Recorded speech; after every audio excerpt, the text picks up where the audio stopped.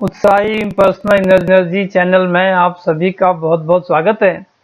अनुभव में आता है कि इंसान जब तक अपने आप को हर प्रकार से सुखी समझता है तब तक उसके प्रश्न होते हैं कि हमें आत्मज्ञान अथवा ब्रह्म ज्ञान की क्या आवश्यकता है। हमारा तो सब कुछ ठीक ठाक चल रहा है, सांसारिक सभी सुख सुविधाएं हमारे पास हैं, अच्छा स्वास्थ्य है, बच्चे ठीक ठाक पढ़ाई कर रहे हैं, ठीक ठाक हैं, सब आज्ञाकारी हैं। हमें ऐसी कौन सी परेशानी है जिसको दूर करने के लिए हम आत्मज्ञान अथवा ब्रह्म ज्ञान को प्राप्त करें। अर्थात इंसान कोशिश कर रहा है कि जब दुख आएगा तभी मैं इस तरफ मेरा ध्यान जाएगा या जाना चाहिए, ये एक कल्पना बनी हुई है। इसी बात को समझने का आज की वीडियो में हम प्रयास कर रहे हैं। हम अपनी प्रत्येक वीडियो में हर स्तर के इंसान को, चाहे उसका सामाजिक स्तर कैसा ही हो, उसकी शैक्षिक अवस्था बहुत ऊंची हो, साधारण हो, कम हो या कमतर हो या बिल्कुल ना हो, या वो संसार में किसी भी तरह से जीवन यापन कर रहा हो, किसी भी हिसाब से, उन सबको, किसी को टाइम मिलता है, हमारे वेद शास्त्र पुराणों में, धर्म ग्रंथों में, हर एक धर्म ग्रंथ में अवतारी महापुरुषों ने, तत्वज्ञानी महापुरुषों ने, जिन्होंने इस परिपूर्ण परमात्मा, इस सत्य, इस विराट को समझा है, उन्होंने कलमबद्ध करके लिखा हुआ है। सबको उनको पढ़ने का मौका नहीं मिलता, या सभी को ऐसे अवतारी महात्मा के दर्शन नहीं हो पाते, तत्वज्ञानी महापुरुषों का संग नहीं मिल पाता, जिनसे कि वो सत्संग करके, जिनके साथ बैठ के इस अबूझ पहेली जिसको कहा जाता है कि मैं कौन हूँ, कहाँ से आया हूँ, ये जो मेरी जीवन यात्रा चल रही है, इसका जब ये अंत होगा तो फिर मुझे कहाँ जाना है, इस प्रकार से हम समझ नहीं पा रहे हैं। तो इसको हम हर एक इंसान तक इस बात को समझाने का, पहुँचाने का इस चैनल के माध्यम से प्रयास कर रहे हैं। आपको इस वीडियो के अंत तक देखने तक जो कुछ भी आपको लगता है अपने कमेंट्स लिखकर अवश्य ही बताइएगा, जिससे कि अधिक से अधिक विषयों पर वीडियो बनाने के लिए हम प्रेरित हो सकें। अगर चैनल को अभी तक सब्सक्राइब नहीं किया है तो सब्सक्राइब करना मत भूलिएगा, जिससे कि अधिक से अधिक विषयों पर मोटिवेशन बहुत ज़रूरी है हमारे लिए भी और आपके लिए भी, इस ज्ञान की तरफ जाने के लिए। हमने आज की वीडियो में सहारा लिया है उपनिषद का, ईशावास्यो उपनिषद के 7वें मंत्र का। इस मंत्र में कहा गया है कि यस्मिन् सर्वाणि भूतानि आत्मा एव अभूत विजानतः तत्र कह मोह कह शोक एकत्वम अनुपश्यतः।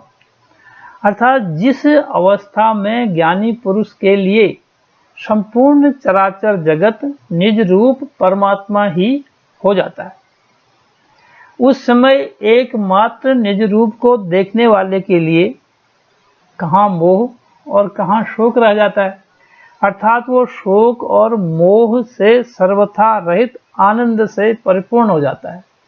सब में अपना रूप ही देखता है, जिधर देखता हूँ उधर तू ही तू है, हर जय में सलवा जलवा तेरा हू बहू है। सब जगह एक जैसा है, समान रूप से व्याप्ति परमात्मा को देखता है। इंसान अपने पन के मकर जाल में इस कदर फंसा रहता है कि इसके चुंगल से बस निकलना उसके लिए कठिन कार्य हो जाता है। इसी अपनेपन का दूसरा नाम है मोह।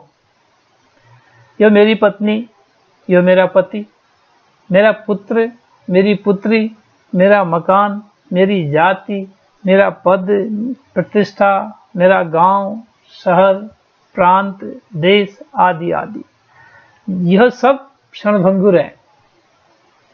इस कदर इस बात को समझने के लिए यह मेरा मेरी ही मोह की जन्मदाता है। और जिस व्यक्ति को ब्रह्म ज्ञान हो जाता है उसे पता चल जाता है कि मेरा मुझ में कुछ नहीं, जो कुछ है सब तेरा। फिर उसके मोह का स्वतः ही नाश हो जाता है, क्योंकि मोह सकल व्याधिन कर मूला, इससे उपजे बहुविधि शूला तत्वज्ञानी महापुरुष ने कहा कि इसी के कारण बहुत सारा जो कुछ भी नुकसान, शोक, कष्ट होता है, इसी के कारण उपजता है। अविनाशी परमात्मा को जानकर फिर इस क्षण भंगुर से मोह नहीं रहता है। मोह नहीं रहने से शोक भी नहीं रहता है। वास्तव में नाशवान पदार्थों से मोह ही अंततः दुख और शोक का कारण बनता है। मोह तभी तक टिकता है जब तक मैं अपने आप को किसी के साथ बांधे रखता हूं और कहता हूं कि यह मेरा है। इंसान मोह के कारण जिसके साथ बंधा रहता है, उसके साथ अगर कोई किसी भी प्रकार का नुकसान करता है तो इस मेरेपन के अर्थात मोह के कारण उस इंसान पर दोहरा आक्रमण होता है। जिनको हम मेरा मेरी कह रहे हैं, उन पर कोई कुछ कर रहा हो तो मोह के कारण फिर उन पर जो हो रहा है उसके कारण हमारे को जीवन में जो है शोक होता है, घृणा होने लगती है और तमाम तरह के विकार आते हैं। ब्रह्मवेत्ता हमें इस दयनीय दशा से मुक्ति दिलाने का सीधा और सरल उपाय बताते हैं कि तुम अपने पराये के भावों को मिटा दो। अब समझने वाली बात है कि अपने पराये के भाव तभी मिटेंगे जब हमें यह विशेष जानकारी हो जाएगी कि संपूर्ण चराचर जगत में एक ही सत्ता काम कर रही है। उसी सत्ता से सभी कुछ गतिमान है। जो कुछ भी चहल पहल, जो कुछ भी दिख रहा है, इसी एक सत्ता के कारण दिख रहा है। अपने पराये के भाव मिटने पर घृणा और मोह से भी छुटकारा मिल जाएगा। फिर किसी के विकास से जलन और किसी का ह्रास होने से गम और निराशा नहीं होगी। जिसको हम पराये कर रहे हैं, उसका कुछ हो गया, अच्छा हो गया, विकास हो गया, तो जलन पैदा होती है। जब सर्वत्र परमात्मा का दीदार हो जाएगा, तुझ में राम मुझ में राम, फिर ये जलन नहीं होगी। अपना कोई है जिसको हम अपना कह रहे हैं, उसके साथ कुछ कमतर हो गया, कुछ गड़बड़ हो गई, तो उसका फिर हमें गम होता है, निराश होता है। जब ये चीज समझ ली कि सब परमात्मा का हिसाब किताब चल रहा है, मौला खेल करे सब आपा, तो फिर गम भी नहीं होगा। कौन है जो इस प्रकार की समरसता को प्राप्त न करना चाहता हो?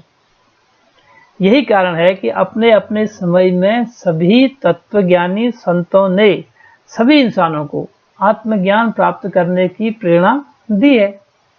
अंत में यही कहा जा सकता है कि इस विशेष ज्ञान अर्थात ब्रह्म ज्ञान की प्राप्ति के बिना हम शोक से मुक्त नहीं हो सकते और घृणा से पीछा नहीं छुड़ा सकते। अगले वीडियो में ईशावास्य उपनिषद के माध्यम से और अधिक अमूल्य जानकारी को समझने का प्रयास करेंगे। अगर यह वीडियो आपको अच्छा लगा है तो वीडियो को लाइक, शेयर और दिल से सब्सक्राइब कीजिएगा।